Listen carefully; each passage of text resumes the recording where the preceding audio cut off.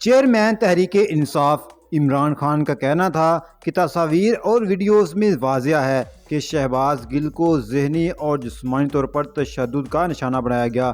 عمران خان نے یہ بھی دعویٰ کیا ہے کہ شہباز گل پر تشدد میں جنسی زیادتی بھی شامل ہے۔ شہباز گل کو توڑنے کے لیے ذلیل کیا گیا، میرے پاس مکمل تفصیلی معلومات ہیں۔ اس کے بعد وفاقی وزیر داخلہ رانا ثناءاللہ کا کہنا ہے کہ شہباز گل صرف ڈرامے بازی کر رہے ہیں، ان پر کوئی تشدد نہیں کیا گیا۔ انہوں نے مزید کہا کہ عمران خان ہمیشہ کی طرح جھوٹ بول رہے ہیں کہ جنسی زیادتی ہوئی ہے۔ اگر یہ سمجھتے ہیں کہ کسی نے کوئی زیادتی کی ہے تو اس کے خلاف درخواست دیں۔ رانا ثناءاللہ کا کہنا تھا کہ پی ٹی آئی والوں نے پیمز اسپتال سے ریڈ زون پر حملہ کرنے کی کوشش کی تو قانونی کارروائی ہوگی۔